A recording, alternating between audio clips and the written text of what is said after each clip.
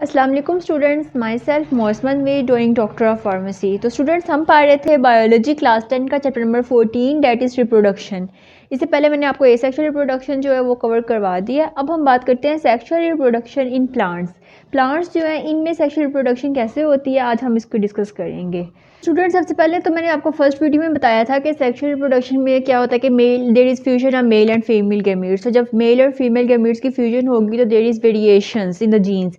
इसके अंदर वेरिएशंस आती हैं जीन्स में और इसके अंदर अडॉप्टेशंस आ जाती है। हम कहते हैं कि एवोल्यूशन की तरफ अगर हम मूव करते हैं तो there is variations in genes. अब इसमें ये नहीं होता कि ज़रूरी नहीं है कि अगर पेरेंट प्लांट के अंदर कैपेसिटी नहीं थी कि वो एडवर्स कंडीशन को कोप अप कर सके, तो आगे से जो न्यू प्लांट्स न्यू ऑफस्प्रिंग्स बन रहे हैं तो उनके अंदर भी सेम वेरिएशंस, उनके अंदर भी सेम जीन्स हों।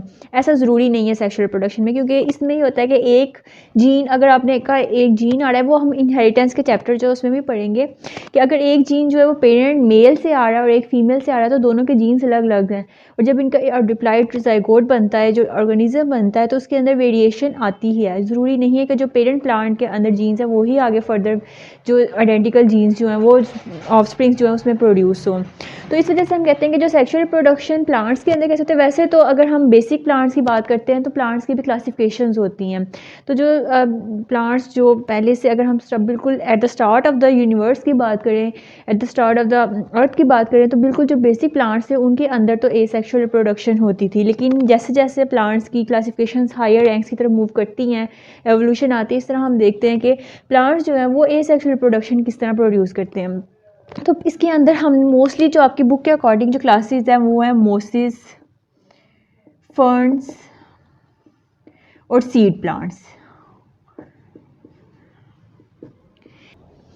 अगर हम मोसिस, फर्न्स और सीड प्लांट्स की बात करें तो इनमें जो मोसिस और फर्न्स हैं ये वाले वो प्लांट्स की क्लासिफिकेशंस हैं या वो प्लांट्स की जो ग्रुप्स हैं जिनके अंदर जो स्पर्म्स थे वो मोटाइल हैं।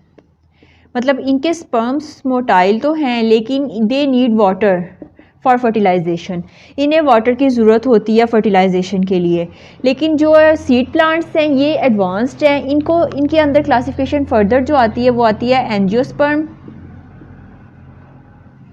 और जिम्नोस्पर्म। ठीक है, इनको प्लांट वाटर की ज़रूरत नहीं होती। अगर हम इनकी वाटर की बात करें तो इन्हें वाटर की ज़रूरत नहीं होती। अपने मेल स्पर्म्स जो हैं जो मेल गेमीट्स हैं उनको फीमेल गेमीट्स के पास जाने के लिए वाटर की ज़रूरत इनके अंदर अडॉप्टेशन आ गई है कि इनके अंदर नहीं होती। जैसे जैसे आप प्लांट्स की रैंक्स की हायर ग्रुप्स की तरफ जाते जाएंगे आप वहाँ देखेंगे कि देयर आर अडॉप्टेशंस।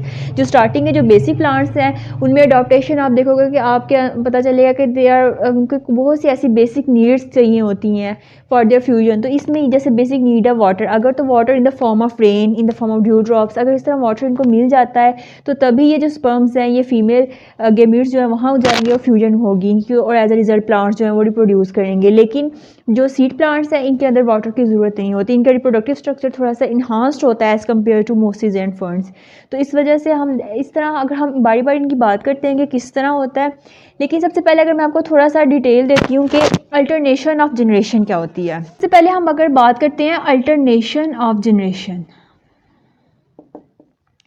सेक्सुअल रिप्रोडक्शन की बेसिक्स जो हैं वो ये है अल्टरनेशन ऑफ जनरेशन। इसमें हम बात करते हैं कि दो तरह की जनरेशन होती हैं, एक होती है स्पोरोफाइट जनरेशन और एक होती है गेमीटोफाइट जनरेशन। इन दो जनरेशन की बेस पे सेक्सुअल रिप्रोडक्शन होती है। कौन सी? एक है स्पोरोफाइट और एक है गेमीटोफाइट। ये दो जनरेशन्स जो हैं ये अल्टरनेट करती हैं। इसको हम कहते हैं, इस प्रोसेस को हम कहते हैं अल्टरनेशन ऑफ जनरेशन। ठीक है, अब जो स्पोरोफाइट होती है, अब कुछ प्लांट्स जो बेसिक प्लांट्स थे ना उनके अंदर स्पोरोफाइट जो थी वो बिग इन साइज और इंडिपेंडेंट होती है, और जो गेमीटोफाइट है ये स्मॉल इन साइज और डिपेंडेंट होती है। लेकिन जैसे जैसे प्लांट्स के ग्रुप्स हायर होते हैं उनमें हम देखते हैं कि स्पोरोफाइट जो है वो डिपेंडेंट हो जाती है और जो गेमीटोफाइट है वो इंडिपेंडेंट हो जाती है। मतलब there is reversal in the higher groups of the plants. वो आप हाई क्लासेस में जाकर स्टडी कर सकते हो। इसके अलावा अब आपके लेवल के अकॉर्डिंग अगर मैं सबसे पहले बताऊं कि अल्टरनेशन ऑफ जनरेशन जो है इसका ये प्रोसीजर स्पोरोफाइट और गेमीटोफाइट ये सिर्फ दो वर्ड्स नहीं है, ये प्रॉपर एक प्रोसीजर है। उसको हम स्टडी करते हैं कि वो कैसे होता है। तो स्टूडेंट, सबसे पहले हम बात करते हैं स्पोरोफाइट। ठीक है, स्पोरोफाइट। स्पोरोफाइट जो है ये हम कहते हैं कि this is big in size और ये इंडिपेंडेंट भी होती है और इसके अलावा ये डिप्लाइड भी होती है। अब डिप्लाइड के लिए मैं ये इस तरह शो कर रही हूँ, जो हैप्लाइड होते हैं वो उनके लिए सिंगल, ठीक है। डिप्लाइड में हम कहते हैं डाई का वर्ड से ही पता चल रहा है कि 2 प्लाइड्स हैं इसके अंदर, ठीक है। अब स्पोरोफाइट जो है ये बड़ी है और ये बिग इन साइज है और ये डिप्लाइड है। अब इस स्पोरोफाइट ने क्या करना है, इसने करनी है म्योसिस होगी और म्योसिस से क्या प्रोड्यूस होंगे, हैप्लाइड स्पोर्स। अब जो ये स्पोर्स प्रोड्यूस हुए हैं ये हैप्लाइड है। अब आपको वैसे भी पता है कि माइटोसिस होती है तो देयर इज़ डिवीजन, ठीक है। मायोसिस जब होती है तो नंबर कम हो जाता है। फॉर एग्जांपल पहले 2 था तो म्योसिस होने के बाद नंबर कम हो जाता है, ठीक है। माइटोसिस जो उसमें डबल होता है लेकिन म्योसिस में कम हो जाता है। तो अब हैप्लाइड स्पोर्स जो प्रोड्यूस हुए हैं इन्होंने क्या करना है, इन्होंने जर्मिनेट करना है, ठीक है। इनकी होगी जर्मिनेशन, जर्मिनेशन के बाद क्या प्रोड्यूस होगा, गैमीट्स, ठीक है। अब ये अप्लाइड स्पोर्स हैं, इन्होंने जर्मिनेट किया, जर्मिनेट करने के बाद इन्होंने प्रोड्यूस किए गैमीट्स। अब जो गैमीट्स हैं इसमें से जो मेल गैमीट होंगे और जो फीमेल गैमीट्स होंगे,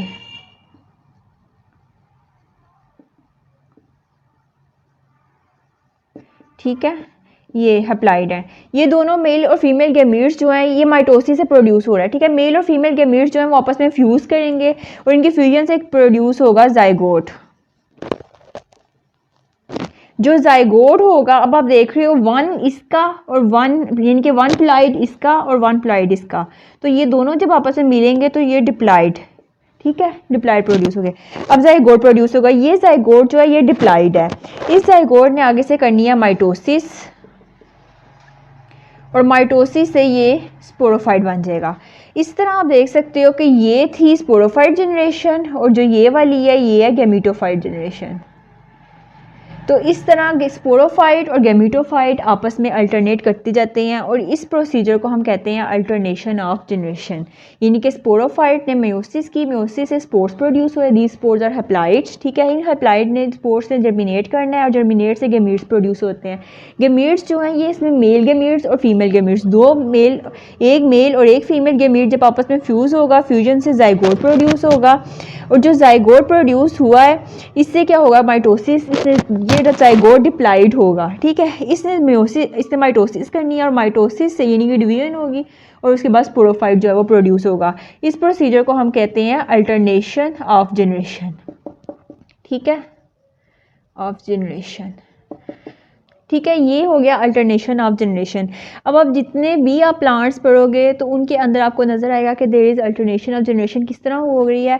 अब हम स्टडी करते हैं, सबसे पहले एंजियोस्पर्म्स जो हैं उनकी स्टडी करते हैं। इसमें हमने पढ़ा था ना सीड प्लांट्स, एंजियोस्पर्म्स, मोस्टली जो फर्स्ट तो बेसिक्स थे वो मैंने आपको बता दिया कि they need sperms for their fusion. तो उसके अलावा अगर हम एंजियोस्पर्म्स की बात करते हैं तो उसके हम देखते हैं कि उसके अंदर सेक्शुअल रिप्रोडक्शन कैसे होती है।